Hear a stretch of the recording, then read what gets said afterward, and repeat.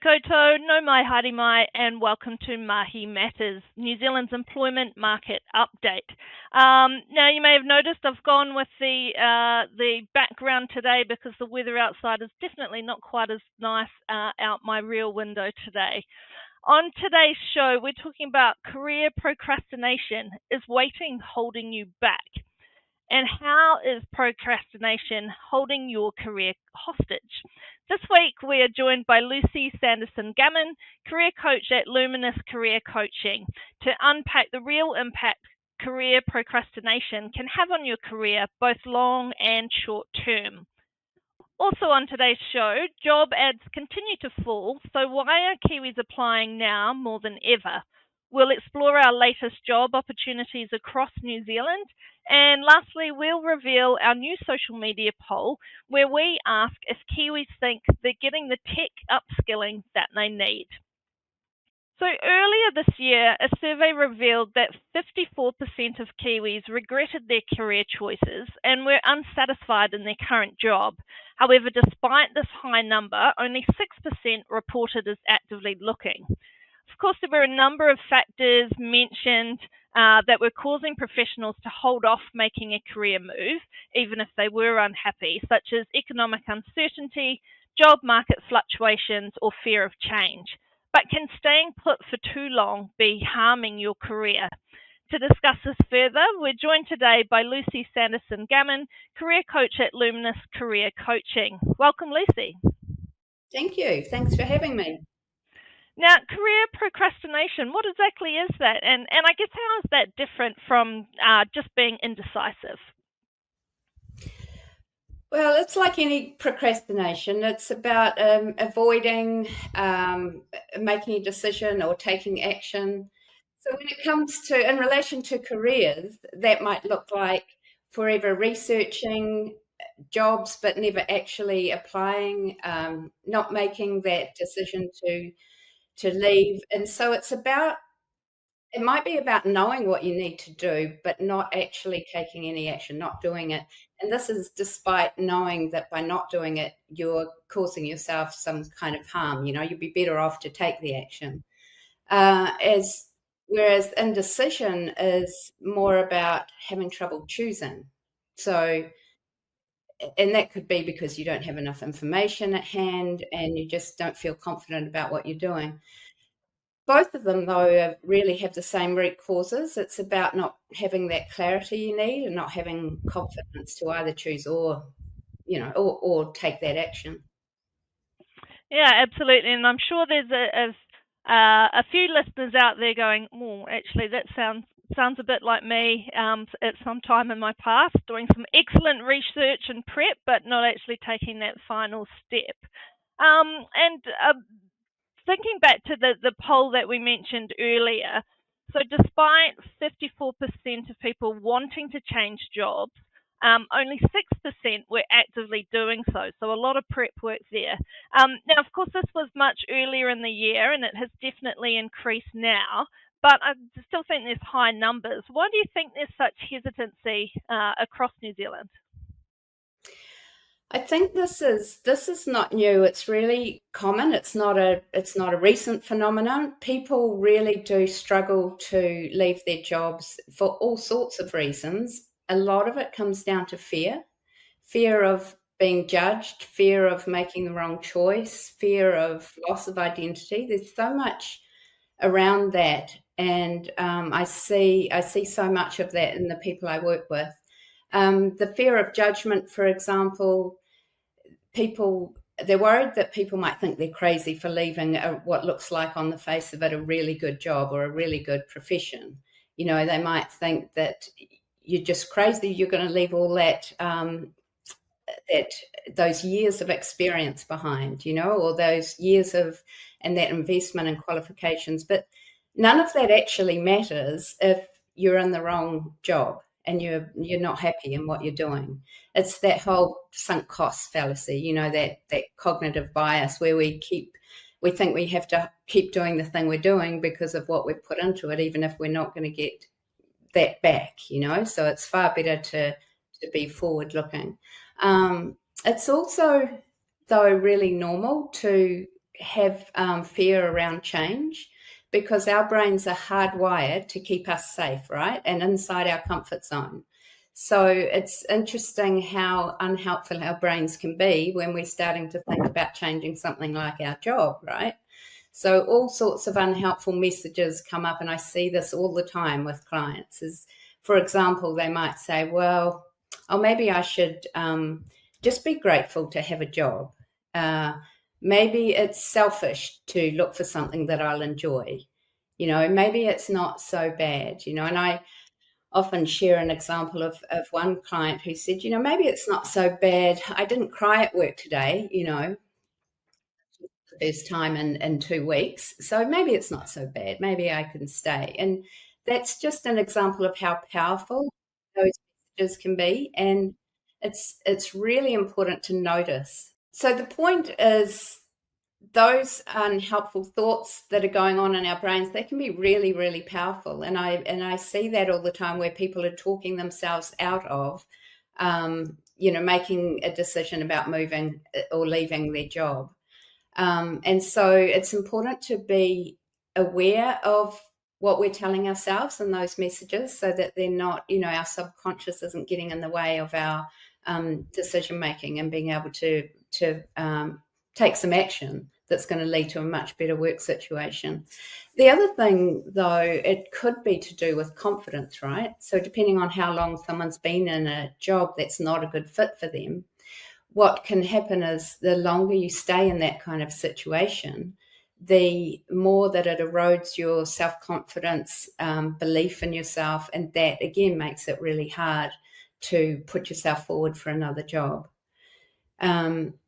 And one of the other barriers can be thinking that if you're going to move or change jobs, it better be for the absolute dream job. Otherwise, everything else has been a waste.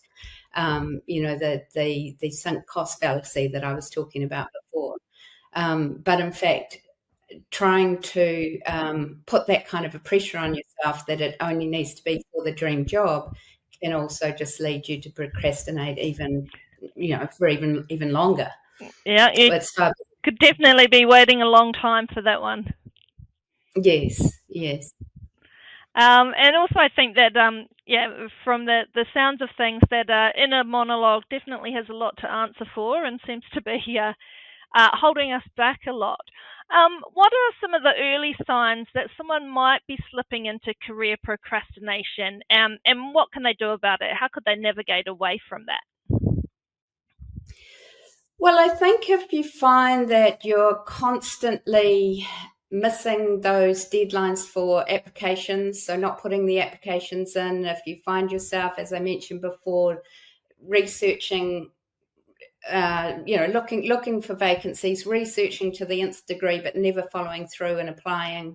It could be that you're pushing out your own deadlines. If you've said to yourself, well, I'm going to have left this job or changed my situation by this date, and then you push it out and say, well, I'll wait till I'm not so busy, or I'll wait till I'm not so tired and so exhausted, but that time doesn't come.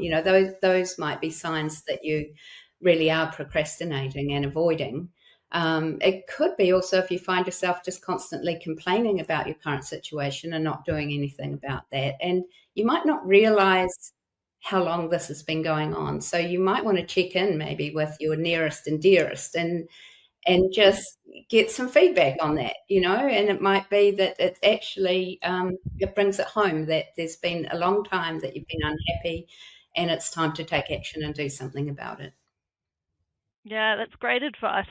And why should they do something about it? So what are some of the long-term and short-term consequences of career procrastination, both on professional success and growth? Well, in the short term, it really shows.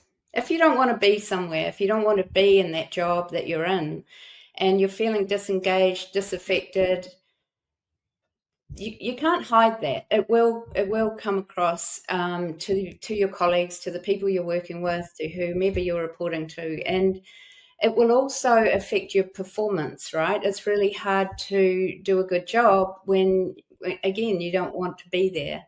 And so in the short term, that's going to affect how people treat you, how they think of you, your own sort of professional reputation. So that's never a good thing.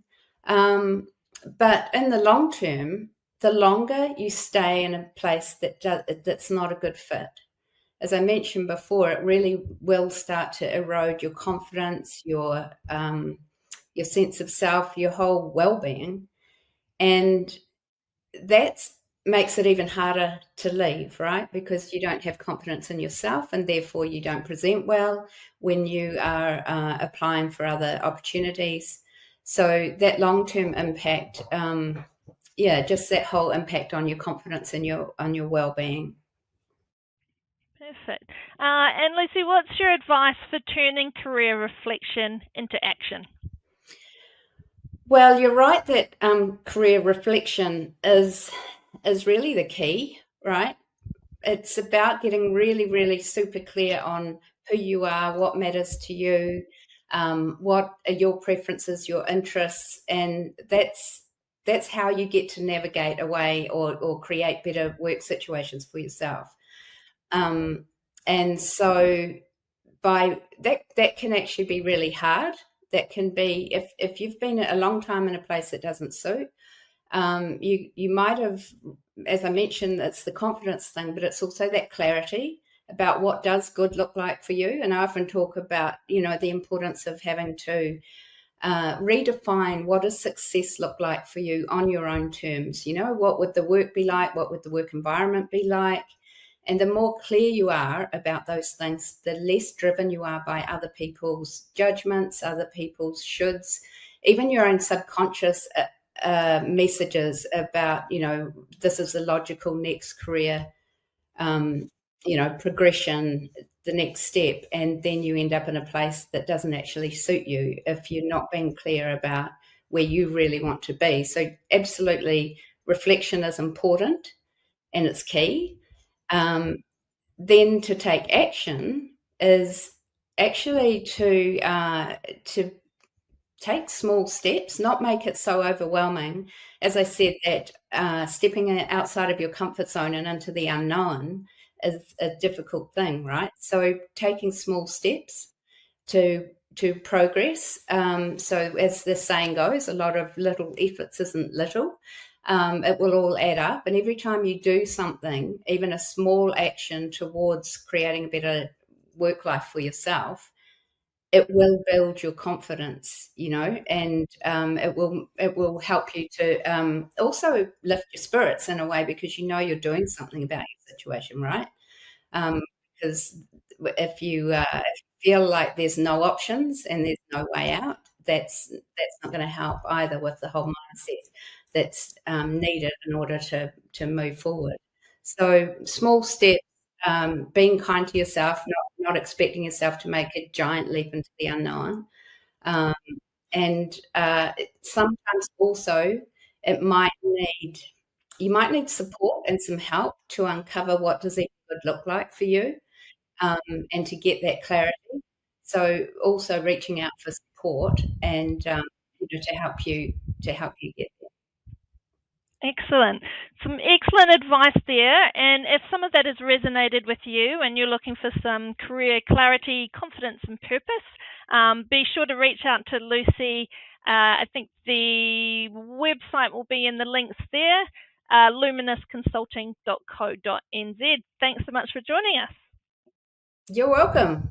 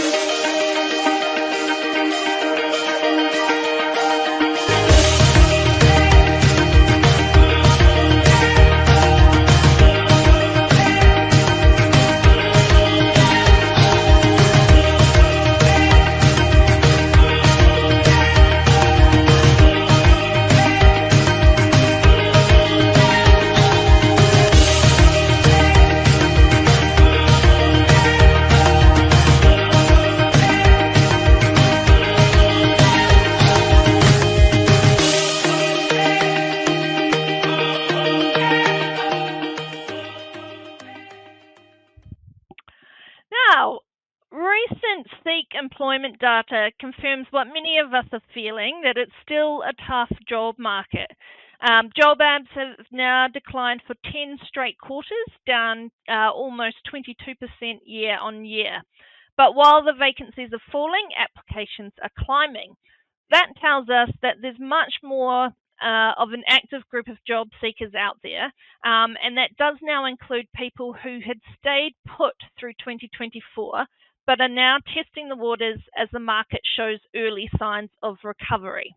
It's not surprising to see more movement. So in 2024, many people chose to stay in their roles, weathering the uncertainty and playing it safe.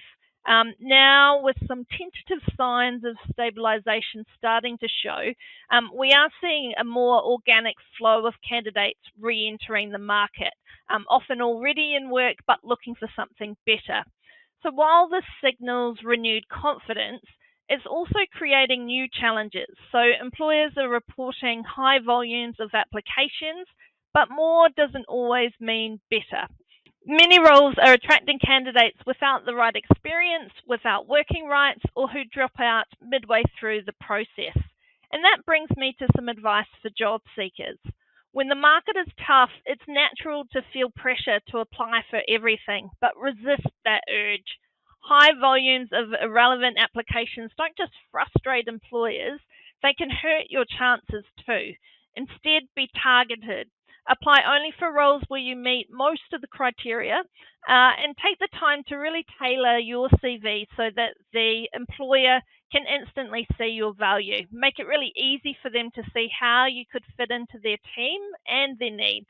That's what's going to help you stand out in a sea of hundreds of applications. Now, among all this, let's not miss the good news out of Wellington. The capital saw a 2% month-on-month rise in job ads. So that's a really welcome shift for a region that's been amongst the hardest hit, particularly following the public sector cuts and hiring freezes. Now, of course, we don't want to get ahead of ourselves, but it is encouraging to see signs of life returning to a market that's been incredibly tight. So hopefully this is the start of a broader uplift for the region. So yes, overall the market's still tight across the motu and competition is high, but there are definite signs that things are beginning to turn. So stay focused, be selective, and put your best foot forward with each application. Speaking of which, let's take a look now at some of our hot jobs. Our 2025 Employment and Salary Market Report is now out, so stay ahead of the latest employment, labour and job market trends in your industry across New Zealand. You can scan the QR code that was on screen or click the link in the comments to get your copy today.